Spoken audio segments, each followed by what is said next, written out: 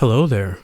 This is going to be hopefully a quick sound effects chain breakdown of the cardboard video that I did recently, which sort of sounds like this.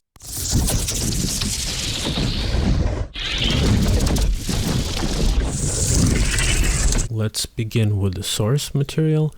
So I think to have a good sound design, you always need to start with a good source. And these are going to be the raw, unprocessed recordings. By the way, there were 4 microphones. There was a shotgun microphone, which sounds like this. Then there is the contact microphone. Pretty standard kind of stuff. And then there are the 2 lapel microphones that, in my opinion, are the most interesting ones. And because they're obviously stereo, you can kind of hear the stereo spread in the recording itself.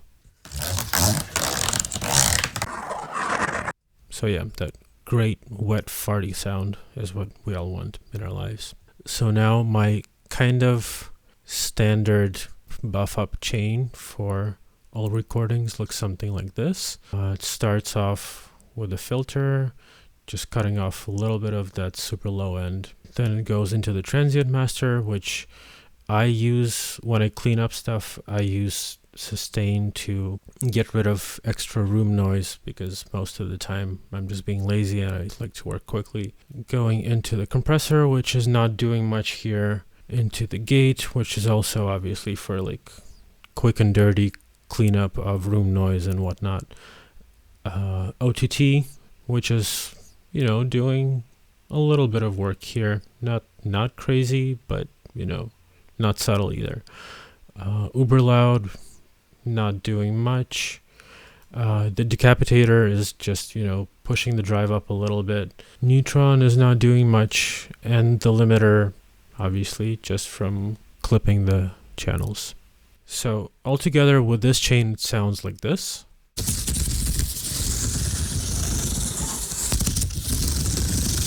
So let's move on to the more processed stuff. This is kind of a bounce from the thing that I showed you before.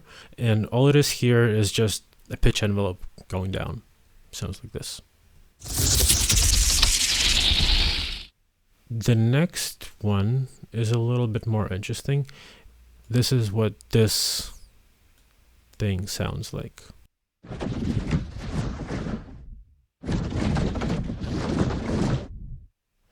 And what is happening here is phase distortion going on.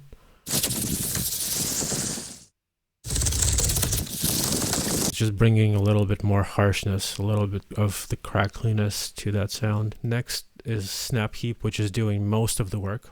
Basically, all of these are envelope followers reacting to the input, and all they're doing is just messing with this kind of bandpass filter that's moving or being moved around by the incoming signal.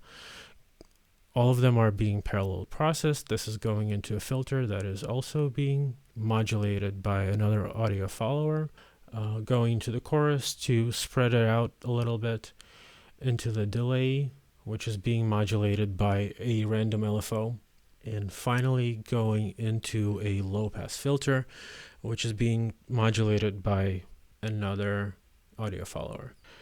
So next it's going into the spin tracer, and obviously it's doing a lot of Doppler shifting, and you can see the particles moving around. But to me it sounds like it's doing a bit of phase modulation as well.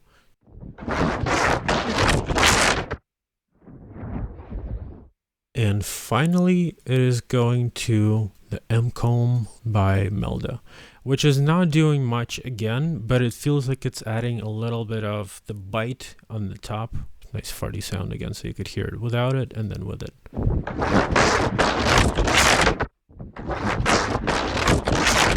Moving on to the next track, which by itself sounds like so. I copied and pasted the first chain and modified it as I went to get a bit of a different flavor. Again, it's doing the same phase distortion as the previous tracks, same spin tracer, same snap heap, But here it's going to Enigma. Without it, you could hear it sounds like this.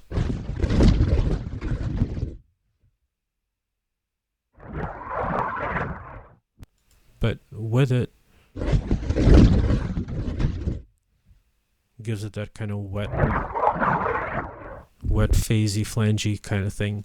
Going into the spin tracer again, but a different preset this time.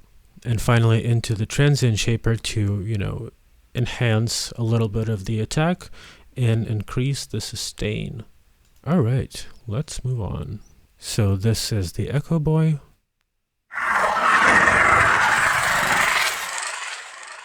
Then there's a bit of tremolator with the rate automation going up and down to create a little bit more of the texture and movement here.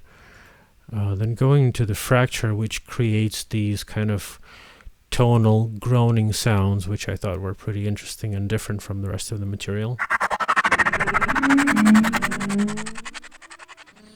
Almost kind of like very sci-fi. You could use them as vehicle sweeteners or, whatever else you want. And finally going into the transient master, again, increasing the attack, I guess mostly for like this kind of thing, and pushing the hell out of the sustain to push those groaning sounds up.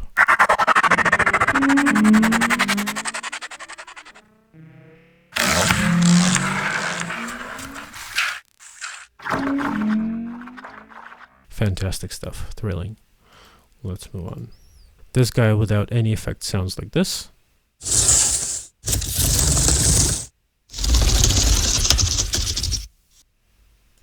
And with effects, it sounds like this, and I'm gonna break it down real quick.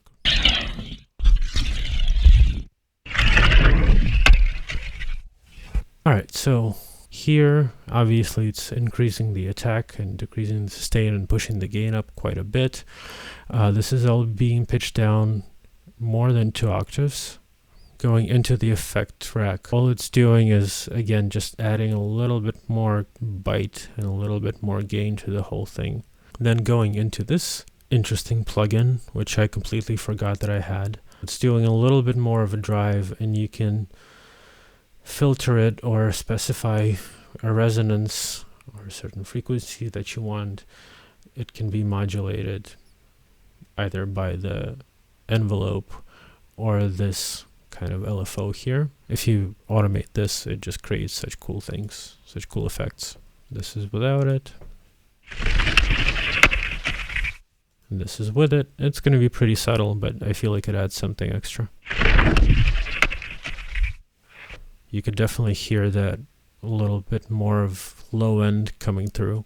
Yet again, our beautiful spin tracer, which I'm kind of obsessed with. I recently got it, and I now have to put it on everything.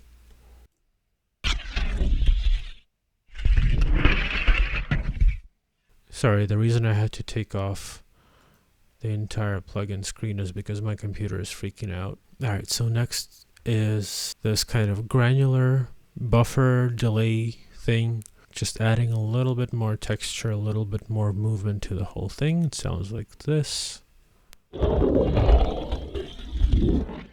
Next we're going into the transient master. Just a little bit more attack and sustain to buff things out. Sounds like this.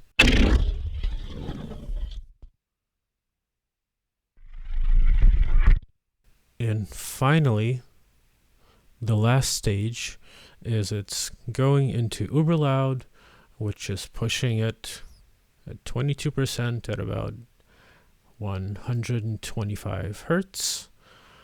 A little bit of clipping, going into the exciter, which is basically another saturator using the vintage vocal preset. And altogether it sounds like this.